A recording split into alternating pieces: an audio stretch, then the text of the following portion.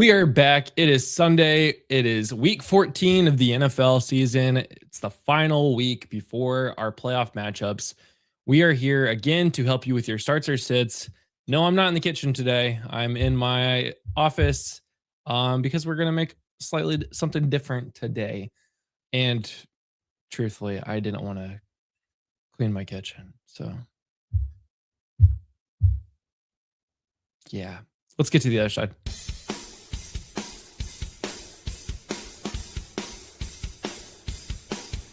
You're watching Bites and Insights only on Fantasy Now Plus.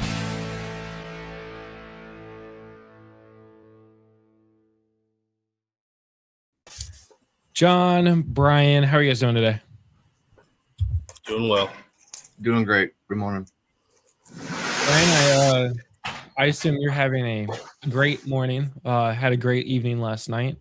Nothing happened wrong last night, so just getting us ready for the playoffs. We lost 13-10 last year, and look what happened in our last game before the playoffs. You know, it was all by design. I'm sure that's exactly what Ohio State wanted to do last night. Exactly. Sure.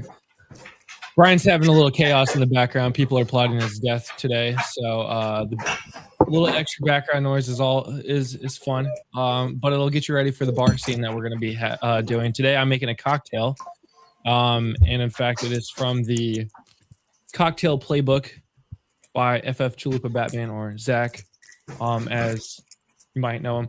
You can get this on Amazon today. It's actually $3 off. The paperback copy is $3 off for the holidays. So it's got 32 recipes, exactly how to make them.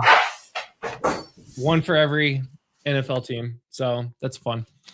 Today I'm going to make the Houston drink, which is the Alamo Mezcal Sour, which is pretty good. And as always, guys, if you have questions in the chat, ask away. We are here to help you with your starts and sits to get you prepared for week 14. And I mean, that's why we're here.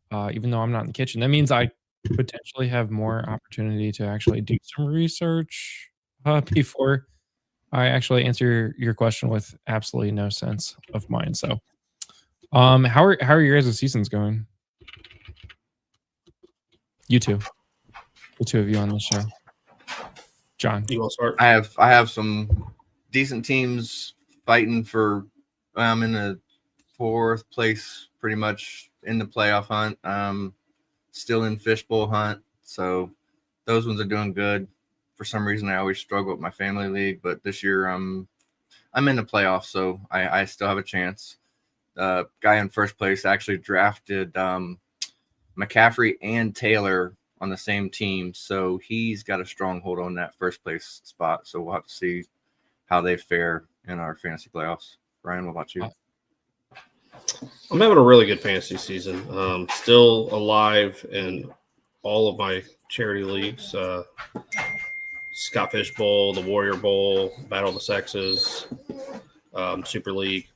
So that's exciting. And then my home leagues, I'm gonna make the playoffs in all three. One of them should be the 1 seed. The other one fighting for that bye. Justin's home league this week will probably determine playoffs or not. I'm fighting a guy who's one game behind me. So, and I'm right now sitting at the 6th seed. So.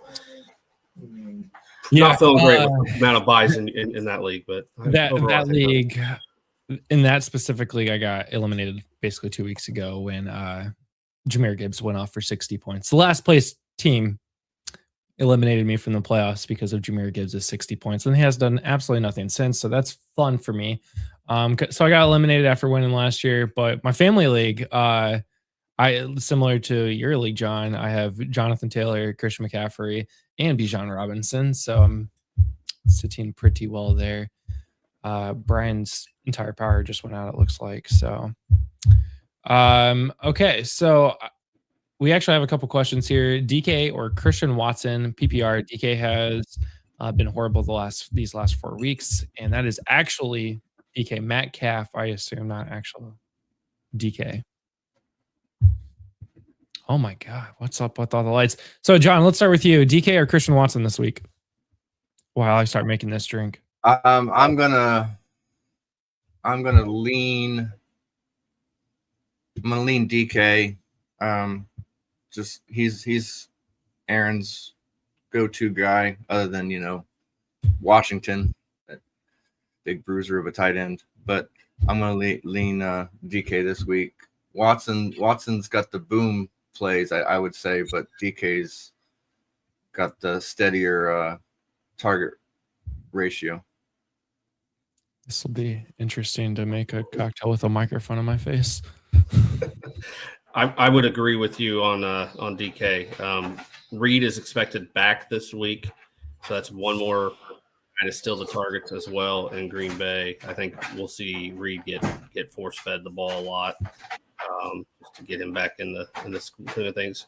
And the Steelers obviously need the win, and the Ravens secondary has not been good. So I think it's DK this week for sure. I could definitely see the thought for Christian Watson this week. I'm a little concerned about Christian Watson. I just spilled bourbon all over my desk, so this is going to smell great all week. I definitely see the thought behind Christian Watson, but yeah, with Jayden Reed, I'm not expecting Jayden Reed to have a big game. I mean, first week back after a broken collarbone in week 2. Not entirely sure that he's going to immediately have a giant impact in that offense. Christian Watson has become the Packers receiving game with the random mixture of, Dontavian Wicks or Romeo Doubs or some other wide receiver. Christian Watson has become that target. I'm a little concerned about DK's usage. I mean, he's getting targets 8, and 5 over the last 3 weeks, but he's 5 receptions, 3 receptions, not a lot of yards. He hasn't had a game over 50 yards since week 8. And that's when he last scored a touchdown, was in week 8. I personally would go Christian Watson. I think that is the offense now with Josh Jacobs. But I could see, Baltimore, this is going to be a game that the Steelers have to win. So I could see where you would want to go with DK Metcalf. So 2 DKs, 1 Christian Watson, DP firefighter. I hope that's helpful. Morning, guys. Finally able to make it. Yes, we've missed you the last couple of weeks. Do we think Olave suits up? If not, Neal or Vele. Kicker, also a sore spot, but such a volatile pick. So no idea what to do there. I have Boswell. The answer is you need to have Brandon Aubrey. But since you don't, I think Boswell's going to be fine. I mean, again, they need to win. Boswell's also been a guy. Kickers are hard. Do you guys know anything about kickers? I mean, Brandon Aubrey and everyone else, like you said. Chris Olave is expected to play today, so he is set to play versus the Bucs. But we will find that out in like 20 minutes when injuries are announced today. So, to answer his question, if he doesn't play, I would go Neal myself. Oh yeah, I would be I guess that would be probably for the flex position. That's what if you're able to potentially start Neal. Neal, I would be going Neal regardless. Well, I guess it's Neal or Olave. I would go Olave, but yeah, I would go Neal over Vele. Vele is a big boomer bust player, though. He's been getting a lot of targets, especially even with Olave in. He's gotten 15 targets over the last 2 weeks, so I think he's also dumping it. Sorry, Justin. Yeah, I was just gonna say Shuff's dumping it off to him. So you ain't gonna. He hasn't really shown it all that much on the ground, even though he's getting the snap share. But he's actually producing with the receptions and more than he is on the ground. For those keeping track at home, I did not spill the mezcal over my desk, so improving. We're not getting to see you make it though. We need some better. My office does smell like bourbon right now. So I hope we answered the question. Yeah, if Olave does not play, I think Neal is the option. Jamie, we're not cooking today. I'm actually making the Alamo Mezcal Sour out of wrong side. Zach's cocktail playbook, which you can buy if you want to buy it. It's the link is in the description.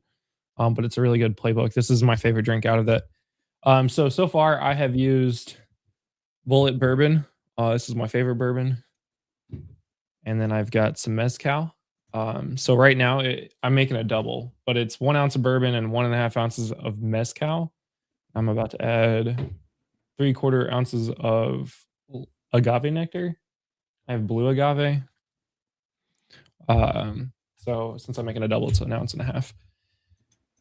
Okay. Next question. Hi guys. And Josh saying good to see you. And I'm still finalizing my start and sit for wide receiver. I do have Sutton, Devontae Smith, Alec Pierce, Mecca, and T. Higgins. Standard league. Okay. How many do you need to start? One against Aubrey. Any word on Hampton playing against Philly tomorrow night? I thought I saw something about Hampton is playing this week. Yeah, I saw they announced he's expected to play. 19 hours ago, he's activated from IR, faces uncertain workload for Monday night. I'm concerned that he's going to have a limited workload. There's definitely going to be a split. Vidal having a good week last week and everything else, they're going to ease him in, especially if they still fight for the playoffs and everything else. They're going to want to have him later. I'm trying to do this higher up for you. Oh, did you hear that plop? I don't know. It's gross. Yeah. So did we get clarity on the wide receiver question? How many he's starting? Did he has to start 4? So 4 out of Sutton, Smith, Pierce, and Mecca, and T. Higgins.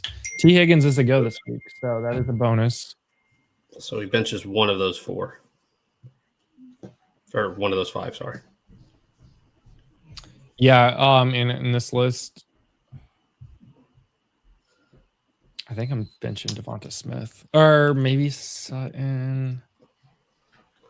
I don't know. I'm starting at Mecca. I think I'm starting T back with Joe Burrow and yeah. I talked with Craig earlier in the week on this similar thing, and I said Sutton just based on Higgins is actually down lower in some of the rankings that you'll look up, but I think that the concussion protocol still played a role in that early on in the week, and he should be moving up. I haven't looked at the latest updated, but he should be moving up just based on Buffalo's defense, and Burrow should be peppering Chase and T all day, I would assume. So that's why I bumped T way up there. Sutton is still sharing with Franklin, and that offense is just more questionable to me. Alec Pierce is got your boomer bust, and I just think he's likely to score more points, and he might only get 5 targets, but 1 or 2 of those could be for 30-40 yards. So that's why I told him early on that I would sit Sutton. I'm curious to know if I was on the right path with that with you guys. Yeah, I would sit Pierce myself, but I understand why you don't, because he has definitely got that boom factor. Well, he's not even a boomer bust player anymore. Alec Pierce isn't. In my opinion, Alec Pierce is here. He is the wide receiver 2 for the Colts. But with that being said, it has been a very long time since Michael Pittman has not gotten a lot of yards, a lot of targets, and quite frankly, less than 10 fantasy points against the Jacksonville Jaguars. So I think this is going to be a big Michael Pittman game. So yeah, I guess I would be fine sitting Alec Pierce as well. So for those that was wondering why I had an egg in the screen, this has an egg white in it. So we're about to shake this up now. Let's see. Next question. If that's the case, do I start Hampton on a limited count or Woody Marks at flex? I know Woody's healthy, they said this week. Woody is healthy. Even though he injured his ankle last week, he still came back and played. Not effectively, but he did get 64 rushing yards. They've got the Chiefs this week, though. Yeah, both of them got primetime games. You got time to decide, I guess. I think this is one where I would look at it if you're more needing the higher upside, like, I would go with Hampton because I think he has the higher upside as far as, the boom factor. But if you're in a situation where you need to sure points, I'd go Woody, and you can decide later in the day, see where your scores are. If you need the bigger play, I would take the risk on Hampton. But if I want the sure thing, I would take Woody. Chiefs Texans is tonight, isn't it? Yeah. So yeah, I agree with Brian. If you need the safe 7 to 8 points tonight, and you get to that point, you're like, yeah, I just need 7 or 8 points. Go with Woody. If you need like the 30 points, 20 points, something like that, you might go with Hampton because they might actually lean on him. So this shake this dry with no ice for a minute, get it nice and frothy, and then here in a minute we're gonna add ice and shake it again for like another 20-30 seconds to get it nice and cold. Next question, JRS got full PPR.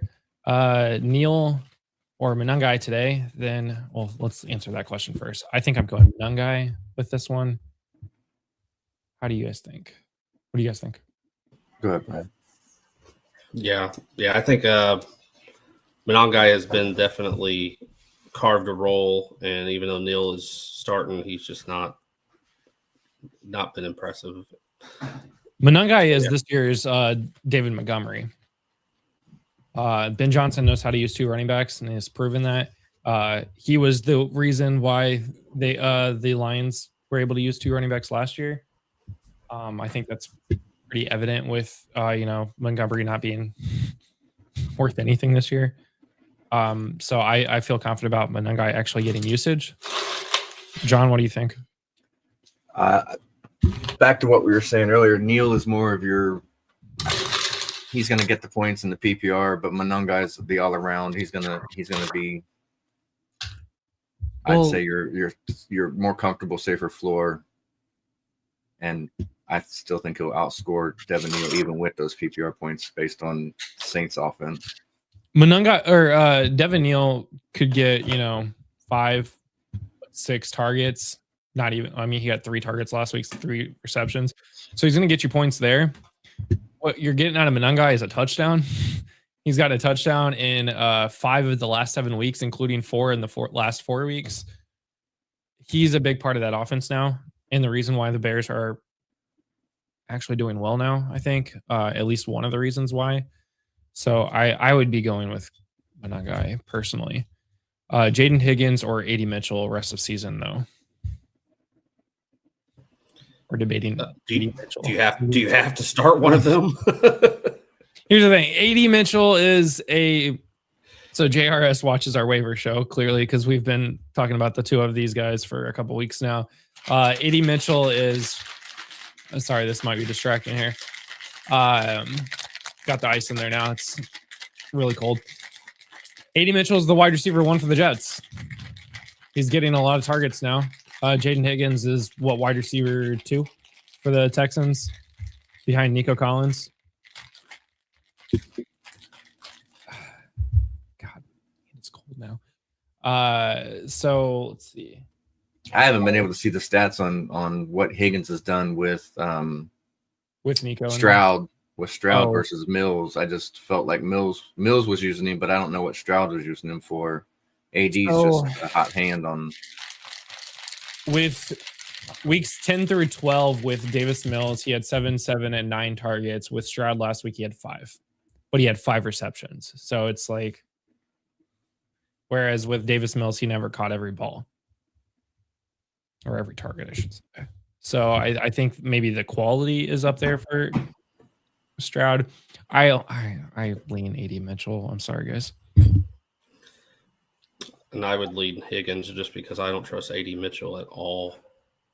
I don't trust AD Mitchell either, for what it's worth. And Garrett Wilson is on IR, but there's a chance he comes back. It's the rest of the season. So let's say Garrett Wilson comes back next week, then is AD Mitchell even going to be a factor? I think this week, AD Mitchell, is obviously the better play matchups wise, but rest of season, I think I lean Jaden Higgins. Yeah, if you have to either pick up just one or drop one because of a roster situation, I would say Higgins 2 for the rest of the season as opposed to just this week. And I don't think Jaden Higgins will stay on the waivers that long if he has another good game. I think I shook it up too much. It's a little frothy, but it tastes right. So it's very good. So morning pick me up. I mean, it's almost the afternoon for us. Some of us party. Some of us had a very good night last night. We all had a good night. Don't you worry. I said that I could live with a loss to IU, and especially a loss that's close. Like going undefeated. I'm glad it was a I'm close, saying- really good game. Yeah. I mean, going undefeated is a lot harder. So I'd rather have a loss against a good team right before the playoffs, because we've had no adversity or challenges since week 1. Like Ohio State needed that because the playoffs do get harder, and now they got a nice slap in the face to wake them up a little bit. So I'm okay with it. Real quick, John, do you watch college football at all or pay attention to it? Yes, I do. I don't know that Brian necessarily remembers me, but we actually drafted together and played 2 years ago in Fishbowl. And I am an Ohioan by residence, but I am a Michigan fan by choice. I was gonna say I can't forget that horrible outfit you were wearing. Yep. That Right. That would be it. So it stems back from my grade school years of we actually were Michigan uniforms, and it was during the Fab Five time frame. So I've rode with them ever since, and it's one of those things. I mean, we don't all make good choices. I'm a Miami Dolphins fan, so it's okay. I'm a Cincinnatian now, and I'm a 49er fan, so I don't have many friends with that choice either. So, but at least your pro team's respectable. So do you guys think before the playoff is announced today, Alabama, Notre Dame, Miami, you get to pick 2? It should be Notre Dame, Miami, but it's going to be agree. Alabama, Notre Dame is my prediction. They kicked Georgia out a couple years ago with losing the SEC championship by 3. Alabama got smoked yesterday. Yeah, Alabama should not be in it. Alabama should And not be this year. they got the worst loss of the 3 too. I mean, Florida State was not good. Yeah. So I Alabama should not be in it. Notre Dame started 0-2, but they've won every game since then. No. Yeah. They lost to Miami. You're right. Oh no, Miami was like week 2. Yeah, you're right. Yeah. So they've won every game since then. Miami's had a good season. I think it's funny that Miami wasn't in the ACC championship. That conference. Yeah, some weird tiebreaker. Yeah. Yeah. And Duke, who was like 6th in the ACC, was in the championship and won it. So it's conference championship. Well, they had because they had the same ACC win-loss record, but somehow some weird ACC tiebreaker put Duke in over Miami. And then they won in overtime. So yeah. I think Alabama should be out. I think Notre Dame and Miami have the best case to be in. Everything worked out well for them. Alabama got smoked. BYU got smoked. Both schools needed the playoff committee needed both of those things to happen, so they didn't have to make the decision between Notre Dame and Miami. And I think the decision was made for them. But we'll see. We know college football. I say let's be real. The Alabama brand will get them in, even though they shouldn't be. Big Ten or SEC, guys? I think I know where we all stand here, but which conference is better? Big Ten all the way. SEC's better. Are they better because they all play each other, or because they're better? Bigger stadiums? They have more good teams. Like the Big Ten, you got 3 that are legit, and then who? USC was just okay. That team up north is just okay. Illinois just okay. But then you got Ole Miss, you got Texas A&M, you got Texas. I mean, even Alabama's better than all the Big Ten schools I just named. This year I would say the SEC is better than the Big Ten overall. The best 2 teams in the country are from the Big Ten, though. So the Big Ten should still get another natty. And you got your top five. You got your top five. Well, you got Oregon. Weren't they fifth or sixth last? Yeah, I said, yeah. Oregon, Ohio State, and IU are obviously three very good schools, but so are Georgia, Texas A&M, and Ole Miss. I mean, so you put the top three head to head. It's pretty close. But then it was really sad that Penn State sucked this year because Penn State's usually up there. It sadly college football's better when Michigan and Penn State are better. It'd obviously be good if Minnesota could ever be a thing, or Nebraska could have actually been a good team this year. But I think the realignment with adding USC and Oregon, I think helps our conference going forward a lot too, where competition wise and where it puts different teams in the rankings based on wins, losses. And so I think it's, SEC's been strong, for a really long time, competition wise and the amount of schools that are always fighting. But now I think, even though I didn't want to see more come in from Oregons and the USCs and everything else, I think it'll boost our conference up. We're gonna answer one college football question, and we're gonna go back to fantasy football. And I'll just say one more thing on that real quick. Next year will be the real test because the SEC finally goes to 9 conference games, and now they won't be able to inflate their records with that easier game that they get, especially at the end of the season, which is what a lot of the SEC schools did. I mean, Curt Cignetti had a thing where he was like, maybe we'll just schedule like the SEC and schedule BS games instead of powerhouse out of conference games. Is James Madison getting into the college football playoff? Currently they are projected it's them or Duke, I'm pretty sure. So yeah, I'd say yes. I would rather have James Madison in there. Also, I know they're not going to end up playing, but it'd be fun to if somehow they were able to get through the first round into the second round. Will not happen, but James Madison versus IU would be an interesting matchup to see Curt Cignetti versus his former school. Yeah. Okay, back to fantasy questions. Good morning, Ryan. Egbuka or Alec Pierce worried about the LT being out for the Bucks and heavy rain for the Colts game in a standard league. So you need touchdowns, no PPR points. Standard, that you still get points for receiving yards though, right? Yeah, for standard you would. Need a league where it's only touchdowns matter. No yards, no receptions, no anything, just touchdowns only. That'd be fun. I think I go Egbuka.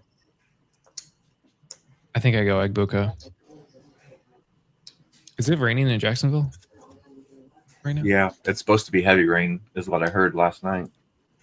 Dang, that's not good. I think I'm going Egbuka here. The Colts' last win in Jacksonville was like 10 years ago. I'm going Egbuka also. I'm looking up. He's got 6 touchdowns to Alec Pierce's 2. Yeah, but 4 of those touchdowns and they were early on in the year. Yeah, early in the season. He's been really quiet. Really great. He hasn't been good since week 10. Truthfully, he's been really quiet. Do we know is Mike Evans playing today? I haven't heard a confirm. Mike Evans, I think that he could return next week. Okay, then I think I go Pierce because we're not getting because I think Egbuka is more likely to get the volume for the PPR. So if it's PPR, I like Egbuka. But I think with no Mike Evans, I go Pierce. I'm changing to Pierce. Pierce has got touchdowns more recently, 2 in the last 3 games. Egbuka has not 3 games. And you're really relying on points and yardage. And if we're even looking at yardage, Pierce outweighs Egbuka there too because he is that deep threat. His average catch is like 24 yards of reception right now. So and I only knew that because it's in the 20s. He doesn't have a game where his yards per catch is under 17 this season. So at least yards per game is the same too. Yeah, yards, so at least yards per game. every pass reception you're going to get is going to be at least almost 2 points without PPR. So I go Pierce too. JRS does have to start either AD Mitchell or Jaden Higgins. So I think I'm leaning AD Mitchell still. I'm sorry. For rest of season or this week, though, Justin? That's what the question was. Well, let's look at their schedules, Brian. AD Mitchell, I got to spell Mitchell. AD Mitchell's got Miami, Jacksonville, New Orleans, and New England to finish out the season. Whereas Higgins, the other Higgins, KC, Arizona, Las Vegas. Oh, never mind. Going Jaden Higgins for the rest of the season. I'm sorry. The schedule's much easier. It's a lot easier. Miami's okay against the pass game, apparently, sometimes. Lately. This new, since they started winning, they remembered they have some good players on defense or something. Jacksonville's got a really good defense. New Orleans is the outlier, I think. That's where you get the points from. But New England in the championship round is going to be tough. Especially it's at home. Either way. Higgins has KC this week. Okay. It's beatable. Arizona, Las Vegas, and then the Chargers, who actually have not been that good on defense this year. So I Higgins for the rest of the season. Thanks for pulling up the rest of the schedule, Justin. Good morning, Charlene. This is a disgusting question. Jacoby or Lamar? I'm going Jacoby Brissett. I can't believe it, but I'm going Jacoby Brissett. Lamar against Pittsburgh has not put up more than 10 points in 3 weeks. Jacoby has not put up under 18 points at all this season. Cardinals are shutting people down left and right, though, which makes me a little concerned. But, yeah, I tend to lean Jacoby this week. Lamar just don't think he ain't playing healthy. Matter. Yeah, Lamar, no. It doesn't matter as long as Michael Wilson is playing. That's all that matters for Jacoby. So, but yeah, Lamar has not looked good at all this season. I'm surprised they're still playing him. To be honest, I think if they lose maybe 1 or 2 more games, they're going to shut him down for the rest of the season because there's no point of risking injury. So, I go Jacoby. Would you guys agree with that? Broken Daniel Jones or Tyrod Taylor versus Miami? Well, you want 16 points because that's what Daniel Jones gets you. Or do you want the ability to either get 13 or 22 points? John, what's the I have to start Daniel Jones in one league because I have May on the bye. So I have to start Daniel Jones. But I'm nervous about it because of the weather we were just talking about and what I heard about the heavier rains. So that leads me to believe they're not going to be as pass happy as I want them to be with him. Tyrod has shown he can manage a game. So I would say Daniel Jones. Brian? That was a long way to get to Daniel Jones. I like it. Yeah, sorry. I'm torn. It really is. I want to say Tyrod, but I got. I don't know what Tyrod's stats are in cold weather. That game's going to be really cold in New York today, which means that the Dolphins 2 is going to suck. Let's just call it what it is. So I don't think Tyrod's going to have to pass a lot. I think it's going to be a very much running game. So I would go Daniel Jones just for that reason alone. Yes, I'm pretty sure it's Brian that has the smoke alarm that needs to be changed. So he's going to check that out. I'm muting my mic every time I'm not talking, so that should help you know.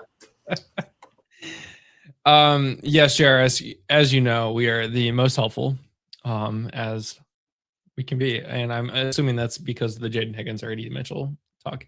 Tua is throwing at least 1 interception today. Book it. That's 2. And speaking of, booking it, you can play $5 and get $100 in bonus funds today on Underdog Fantasy by using the code FN Plus. All new customers, if you use our code, you can get an extra $100 in bonus funds by playing the first $5. So definitely do that today. Can't say why you need to do it today, but you should definitely do that today to get $100 in bonus funds. It's quick, it's easy, it's simple. It's honestly, it's a lot of fun. There's different ladders that you can pick.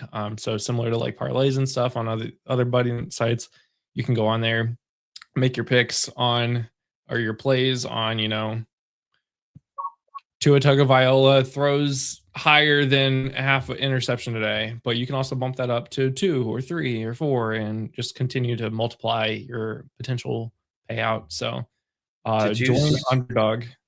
What? I was going to say, did you see that stat? I know you talked about Tua throwing 2, but did you see the stat about saw it last night?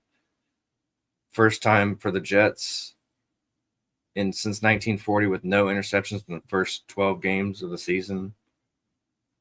I thought that was actually pretty telling on maybe Tua escapes this week without it. So the Jets haven't had an interception all year? That was from NFL. I read it last night. Yeah. It says they're the only defense without a single interception this season. Every other team had at least 3. Only defense since 1940 with no interceptions in the first 12 games. And I don't know why that said the 12 games when we're already passed or into week 14. I thought that was a crazy stat. Well, they would have had a bye, so 12 would be right. Oh, yeah. I'm sorry. Good call. No, you're good. I will say book Tua for 2 today. That just confirms it. Because they've not got because of history. Yes. I'm trying to look up interceptions, guys. Okay, by teams. Yeah, the Jets have 0 interceptions this season. Well, and if you look at Tua's stats, he doesn't just throw 1. When he throws 1, he finds a way to throw another. So it's been, and that's this last year week thing. He only threw 1 interception. How many other single interception games was he? 4 games this year with 1 interception against New England, Buffalo, Baltimore, and New Orleans. So how many multi? Now, 4. He had 2 against Indy, 3 against the Chargers, 3 against Cleveland, and 2 against Buffalo. He has 4 games with no interceptions. So he's either going for none, 1, or several. I'm going with several. It's going to be below 40. He's never won a game below 40. And I'm going with 1. I'm going with 1. John, what do you think? I'm going to go both aside from both of you, and I'm going to say the Jets keep their streak alive and 0. Okay. So I don't know how we make a bet worth this, but we'll figure it out off air before their game today. So we got 0, 1, and multiple. All 3 of us have chosen something different, so that's great. And no, it is not your smoke detector, so don't have to worry about that. Yeah, guys, if you're in the chat and you still have questions to get you into the playoffs this week, I mean, this is the final week of the regular season for most people. Week 14 is generally the last one. You guys said you both are still good in Scott Fishbowl, right? Yeah. See, Brian, you are. Yeah, I think I'm like in the 700s going into the week. I can never find. There you are. You are at 902 right now. You're only 5.5 above. And then let's see. John, you are at 680. You're 18 points above. I am not nearly as good, but this is also the furthest I've been in the playoffs. So 1,378. So I'm 22 points behind at the moment. That's a bummer. But each year, my first year in 13, I made round 1 and got eliminated. Year 2, I made round 2. And now year 3, I've now made round 3. So next year, I'm making it to the quarters, guys. Excited about that. So I'm made the playoffs every year but one. This is my 5th year, and my 3rd year, 2 years ago, I got 22nd. I think that was the draft. With You were high a couple years ago, weren't you? Yeah, I finished 22nd. It was a pretty good year. Somebody in our division, my division specifically, down in Cincinnati, he is Pierre. 10th. Yeah, Pierre. He was first last week. He is absolutely killing it, and we made fun of his draft at the draft. So, yeah, Pierre's good people. I've known Pierre personally. We used to work together back at Apple. Gosh, almost 15 years ago. So, because he's Northern Indiana too, isn't he? Yeah, he lives up in Marion now, but he did live in a little town called Dunkirk back whenever we worked there. I got to know him our first year when Brian and I drafted, and he's a great guy, and came back last year, and it was like we'd been friends forever, and talking to him and his wife and everything else, it was great. And then we actually drafted right next to you guys, Justin, and we were comparing our rosters, and I actually had 3 or 4 rounds that went with him. So maybe that's why I'm still in the playoffs, is because we did match up a few of our picks. But he obviously managed a little bit better than I did or something, because he's been killing it. Pierre's really cool. Pierre's also in Super League as well, but I think he just got eliminated from Super League this last week. He's an IU fan. He was the first person I texted last night and congratulated him, because I mean, he is a true IU fan, IU football, IU everything. He's never been one of them fake IU football fans that's really a Notre Dame football fan. So I had nothing but respect for him. Oh no, Pierre's still in the playoffs. Never mind. Oh wait, no, never mind. I looked at the regular season standings. He definitely got eliminated. Let's see. Me too. Yep, he got eliminated. He was 65th this week. So, Super League is a charity fundraiser league hosted by Fantasy Now Plus. Registration is on our website, fantasynowplus.com. There's a tab at the top called Super League. You can not get there by that. I need to put the registration link actually on the website, but you can go to fantasynowplus.com/about. That'll take you to the actual registration link for next year. Definitely sign up today if you didn't. Looks like Brian is in 11th place in Super League. Heading into this week, I'm in 17th, but I think I'm going to get eliminated this week. So, what did you guys think about the captain rules this year? I thought it was a nice little twist. Yeah, I like making us pick on preseason was I was just like making us pick on preseason was a lot of fun and a lot of debate. I got voted captain, and I actually didn't even finish top of my division, but I did obviously finish good enough. But I think the person we were debating most with was Kendall in ours, and he actually finished first. So it's kind of funny. We were close to getting the right captain for points, but we did all right. I think I helped us okay, because I started out very slow, and then I got to play Sean, and that just righted the ship. Just needed to match up with Sean, and all was good in the world. The Captain Samuel Whitmore division has been absolutely annihilating people, and I think they're going to end up finishing with the win. One of them, their captain finished in first place at the end of the season, which was the correct pick for captain, I guess, is you predicted the top pick. So they're getting an average of 229 points added to every week, which is going to be very good for all of them as the weeks go by. John, yeah, I like the ad of doing something like that. We didn't obviously know anybody in our league and whatnot, so you had you can do it. Well, I'll do it if you want me to do it, and it's like, I don't know that how we got to the decision. It was more of 2 or 3 people said, yeah, let's just do that, and we did it. But you had 9 people in the playoffs, which is pretty good. We had a tight division. Yeah, it looks like you guys have 2 more left. Reeds and CJ Stellar. That's all that you have left. How many do I? Yeah, Reeds. I know our captain was the winner of last year. He made a big, strong push to be the captain because he won and he knows how to play the settings. And I'm like, okay, you won a year, but like this year's bigger.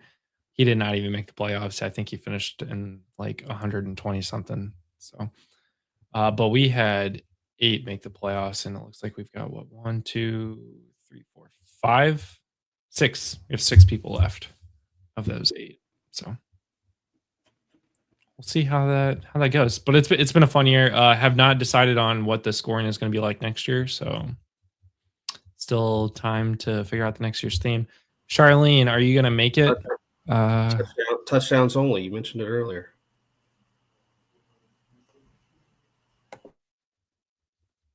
Maybe. Charlene, you finished in 39th last week. I don't know if you're going to make it. I have not looked at what things look like yet. So you need to at least get to the top 25 or top 30 this week. I need to update the spread, the website, but yeah, it's the top 30. I think this week that advances. So, all right. Well, if nobody has any more questions, do you guys have any questions for your leagues? I got a college football question for you guys. Okay. Does Georgia jump to 2, or do Ohio State go to 2? I personally think it's going to be Georgia that ends up at 2. I think Ohio State falls to 3. And if that happens, that more proves Alabama should not be in. I agree. I think Alabama doesn't belong in regardless. But if I had to guess, we can finish this off with college football playoff talk for all I care. If I had to guess, I'm going to say IU finishes 1. Obviously finishes at 1. I think, they already put out the rankings today. So right now they have IU at 1, Georgia at 2, Ohio State at 3, Texas Tech at 4, Oregon 5, so they dropped 1. Ole Miss 6, Texas A&M, Oklahoma, Notre Dame, Miami, Alabama at 11, BYU at 12. Currently, but that's just college football rankings. That's not the playoffs. So I think the top 4 is correct. I think it's going to be IU, Georgia, Ohio State, Texas Tech. I don't think Ohio State falls out of a first round bye. No, I don't think they fall out of the top 3. I mean, if Texas Tech jumps Ohio State, that would be truly shocking. Let's see. Updates. I'm trying to find the bracket because I want to kind of like pair these, because what I think is going to end up happening is that they're going to try to set it up to where IU and Ohio State could potentially meet up in the national championship. Which is fine as long as they get to 2 or 3 for Ohio State. That'll happen. Which is why another reason that I think they're guaranteed. But yeah.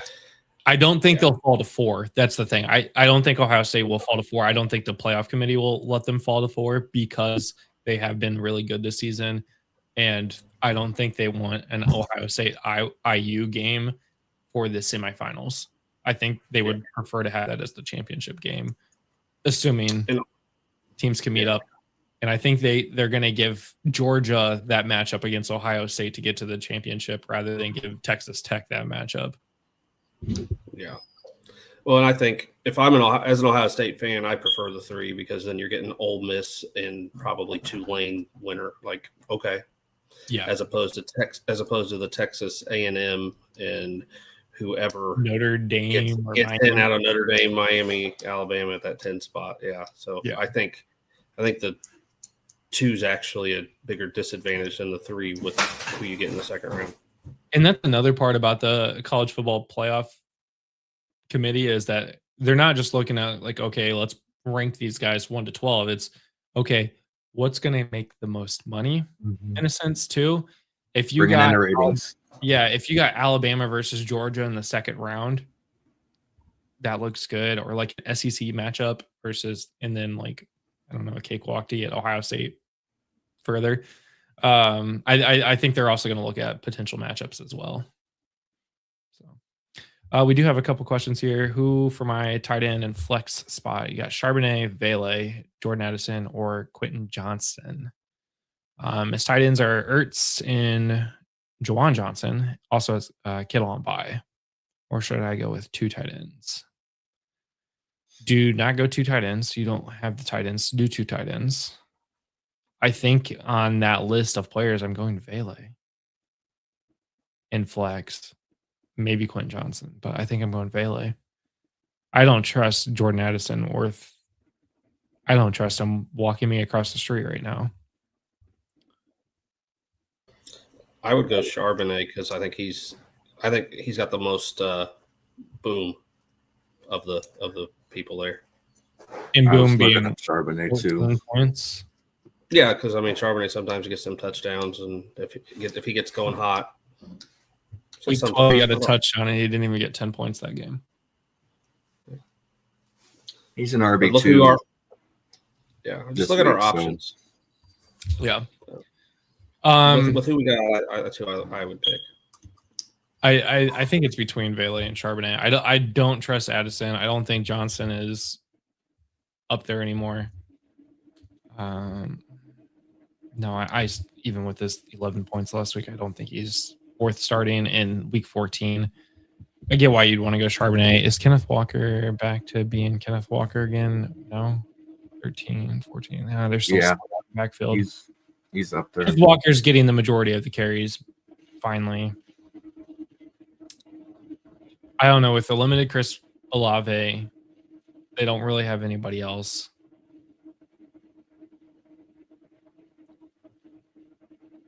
Personally, I'm going Vele. Brian's going Charbonnet. John, what are you going with? I'm leaning Charbonnet. Kent Walker and Charbonnet are both in the top 24. I just lost my screen. They're both in the top 24. They're averaging 63 yards per game, and Charbonnet was at 51. So I think I'm just trying to look at who Seattle. I forget who Seattle has, but I'd go with the more comfortable Charbonnet over hoping for Vele to keep what he's got going on the last couple weeks. Last week. Okay. And then Ertz or Jawan Johnson. Mind you, Ertz has got Jaden Daniels coming back. Right. He is active this week. Yeah, he's starting this week against the Vikings.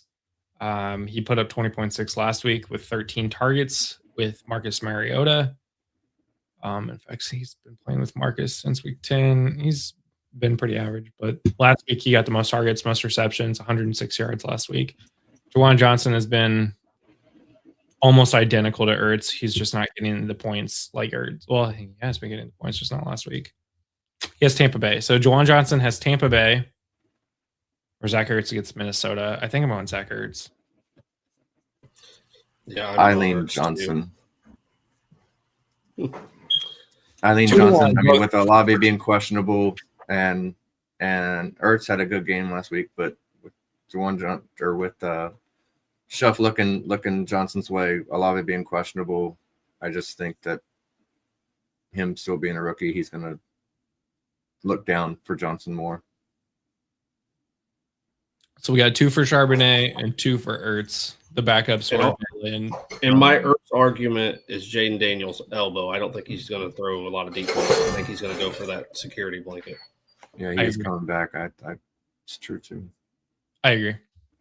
Second link, he's got Jacoby Myers or DK Metcalf. I would go with Jacoby Myers. Myers has been more consistent since he's been in Jacksonville. 6 targets every week, pretty much. I'm not going to include that first week he played with Jacksonville. That was a warm-up game for him. 3 for 3 though. He has been catching pretty much almost everything. He's gotten 2 touchdowns over the last 2 weeks. Now he has Indy, who has been struggling in the secondary, surprisingly. They don't have Sauce Gardner this week. He's expected to miss a couple more weeks.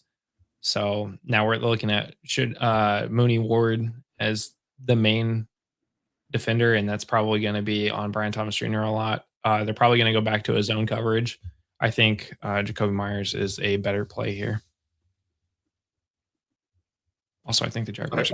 So, yeah, I agree with you. I think Myers is going to get he's the more consistent play too. Like Metcalf hasn't been good. I do like that he's going against Baltimore, but I think Myers has got the better floor, and I think he probably even has the better ceiling. So yeah, I go Myers.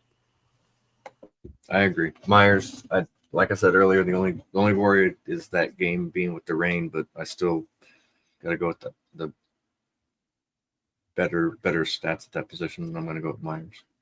We think rain games are going to be more impactful than they are, and then in fantasy they still score. So it's like, yeah, we thought that 2 weeks ago when 3 weeks, whatever it was, when San Fran played Cleveland, and thought that cold and the wind was going to play a role in it. That didn't matter. Didn't come to fruition on that game. Jacoby Brissett or Trevor Lawrence. Lawrence has got 20 points the last 2 weeks. He's got 20 points in 3 of the last 5. He hasn't. He got 10 against Houston, again against Indy. What are you guys thinking? John, you go first this time. I'm going Brissett based on the offense. They're going to have to throw it. They're going to have to score because the Rams are going to put up points. We just said the weather doesn't always play a role, but Brissett's got the better conditions to score more, and he's going to have to score more to stay with the Rams point spread and everything else.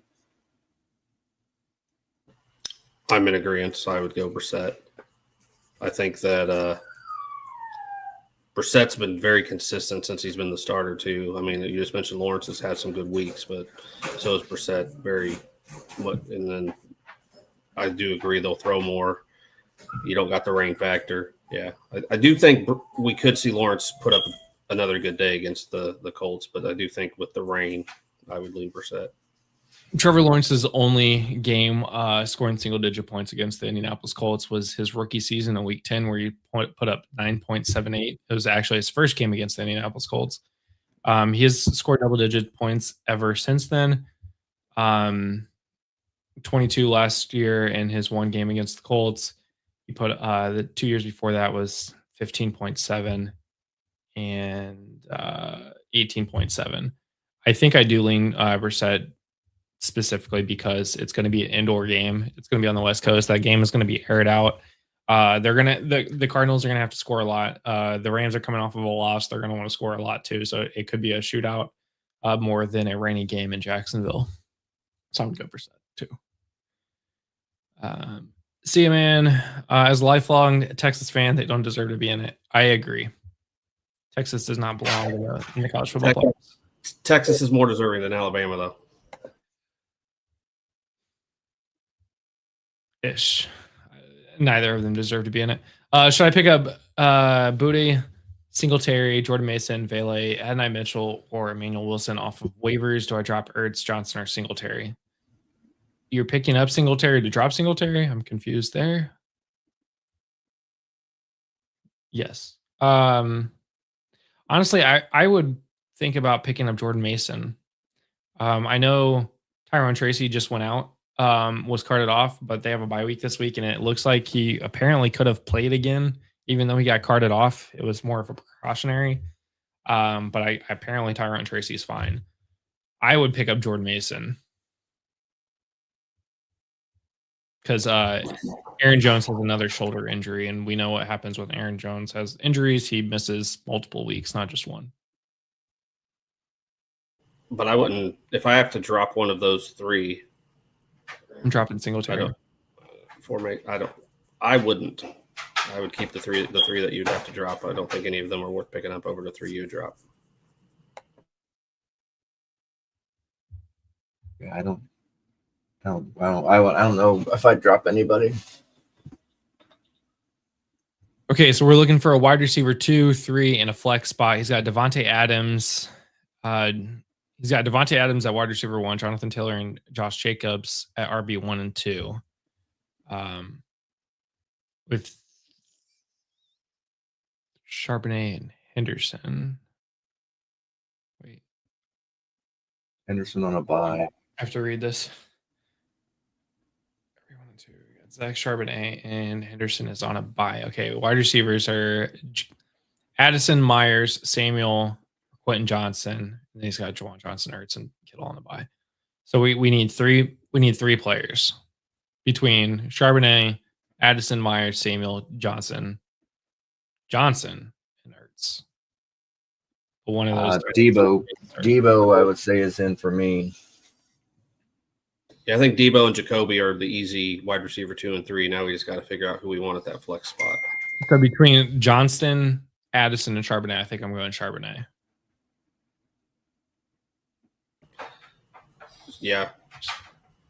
Unless there's some tight end premium scoring, then maybe you want to start two tight ends. The 2 tight ends, because I mean Johnson and Ertz, we just talked about where they're at. So if it's traditional PPR and you don't get the tight end bonuses, then yeah, I'd go Charbonnet. But if there's a tight end premium bonus, I'd do the double tight end.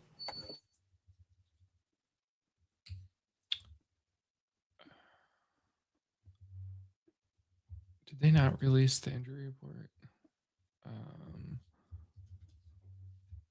Trying to look up the. Well, I'm just trying to look at. This is not related to the question.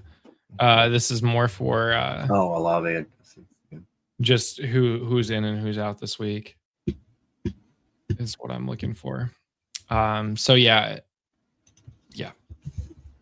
Olave is active. Anything today? Dalton Kincaid is active too. If anyone has been waiting on him to be back. The dogs are very happy that Kincaid is active, apparently. Okay, here we go. Marquez Valdes-Scantling is active for anybody that cares. Like you said, Dalton Kincaid is active. Adam Thielen active for week 14, guys. Big Steeler moment right here. Dylan Sampson is officially active. Parker Washington is out this week with that hip injury. And that's all I've seen so far.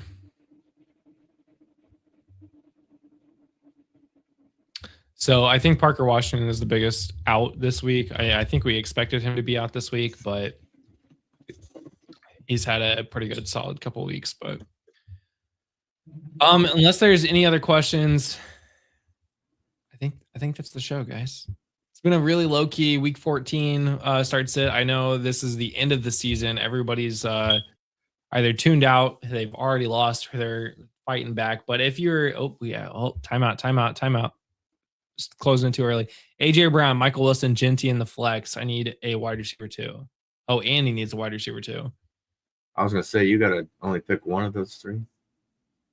AJ and Wilson. No Marv this week.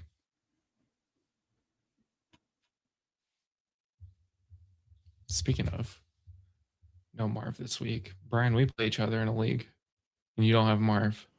I don't, but that's okay. I'll still beat you. Oh, God. Here's the problem. You have 2 quarterbacks in that league, and you actually filled your lineup with other people. That's a problem for me. And I don't have a game this week. That sucks. Yeah, that league, I don't know how I've turned that around so quickly. You turned it out from literally being the worst team in the league to actually, I think you will win the championship in that league. And we'll talk about that here in a second. I'm going AJ Brown and Michael Wilson on this one. I'm going Wilson for sure. AJ's turned it around for me. He has. I'll stick with you and say Brown. It's too close. I'm going to go AJ Brown and Gianti. I think Wilson last week, kind of came back down to reality a little bit. Now I know Marv's out, but it's the Rams. I think Wilson has a good game. I think all 3 do, but I'm gonna go AJ Brown and Gianti. Rome, Marv, and Drake London being out is huge. I agree. In week 14, that is very, very big. Thanks, Jairus. Walker or Gainwell? You always have the worst questions. Gainwell has been gaining traction for Pittsburgh. Who's Seattle play? I've already forgot. Seattle's got Atlanta. In Atlanta, Walker, Gainwell's got Baltimore and Baltimore, so they're both on the road today. I think I'm going Walker. Same. Yeah. So the league that Brian and I are talking about, John, is called Started from the Bottom. We started last season where we only drafted rookies in our startup. You are not allowed to roster anybody pre 2024. So if you were drafted in 2023, 2022, 2021, or beyond, you are not allowed to be rostered in this league. So we are currently only playing with 2 years of players. And the whole purpose is how well can you build up a team from scratch? Like this is the ultimate rebuild league. So I mean, year one, there were a lot of people that didn't have quarterbacks for the entire season. There are still people without a quarterback. But we did adjust points. So like quarterback touchdowns are only worth 2 points right now, but it will increase over time. So every 2 years there is another position added, and there's more points being fluctuated. So right now it's a 1 QB, 1 running back, 1 wide receiver, 5 flex spots, a D line, a linebacker, and a defensive back. I think next year we add a running back and a wide receiver to that, or a tight end or something like that. So we'll slowly get back to like we'll turn some of these flexes into actual positions. We'll add a super flex, we'll add an IDP flex, stuff like that. If I could change one thing about the roster setup, it would be that instead of a quarterback position, I would have added a super flex position. Instead of set defensive players, I would have probably set IDP flex players instead. But That's where I would lack the most is that IDP. I have not.